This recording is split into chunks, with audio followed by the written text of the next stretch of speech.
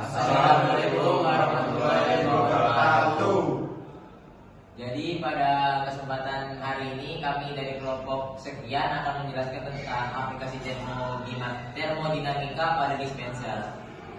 Nah, sebelumnya perkenalkan, nama saya Hafiz Jafian Andriasma. Perkenalkan, nama saya Ibnu Suhadi. Perkenalkan, nama saya Muhammad Hasan Arosid. Perkenalkan, nama saya Ahmad Saidi.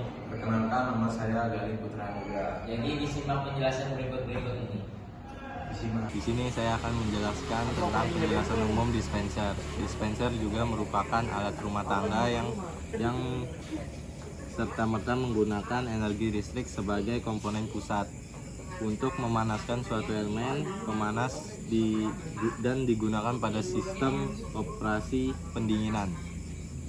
Dispenser menggunakan penerapan dari hukum 1 termodinamika, yang mana menggunakan prinsip dari perubahan suhu di dalam komponennya.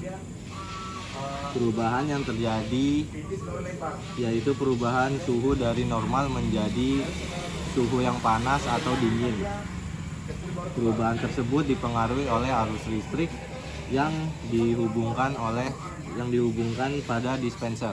Ya, untuk selanjutnya ini adalah komponen dan fungsinya. Yang pertama itu komponen saklar yang berfungsi untuk menyalakan dan mematikan dispenser. Nah, untuk yang kedua itu ada termostat. Termostat ini berfungsi untuk mengendalikan suhu air yang berada pada kaki air. Untuk yang ketiga itu ada termostat yang kedua yang berfungsi untuk sama mengendalikan suhu air di tangki.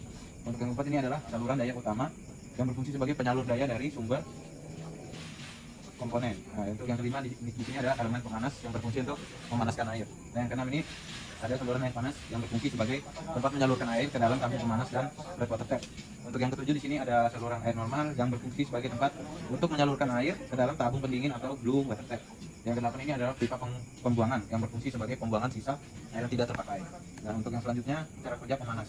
Cara kerja pemanas ini Untuk komponen dispenser ini berikut di sini adalah komponen-komponen dari dispenser sendiri yang terdiri dari yang sudah saya jelaskan tadi. Berikut penjelasan tentang cara kerja pemanas dispenser. Lalu dari sistem dispenser untuk menyediakan air steril atau minum seperti air yang dikemas di dalam galon. Air mengalir melalui dispenser dan kemudian diolah sehingga menyebabkan perubahan suhu. Baik dingin maupun panas, proses pemanasan terjadi ketika air memasuki tabung heater. Tabung pemanas pada dispenser terbentuk dari logam-logam yang dikelilingi elemen pemanas. Maka air mengalir dari tampungan yang mengarah pada sensor temperatur yang berada pada tangki tinggi. Dan kemudian air yang temperaturnya lebih rendah akan menyerapnya. Kemudian setelah itu temperatur air yang berada pada tabung pemanas mencapai temperatur tinggi, maka sensor suhu akan memutus alur listrik yang berada dalam elemen-elemen pemanas.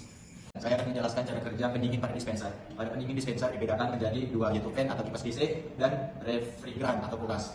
Pada metode fan bekerja dengan menyerap air yang bersuhu tinggi seperti yang ada di dalam tabung.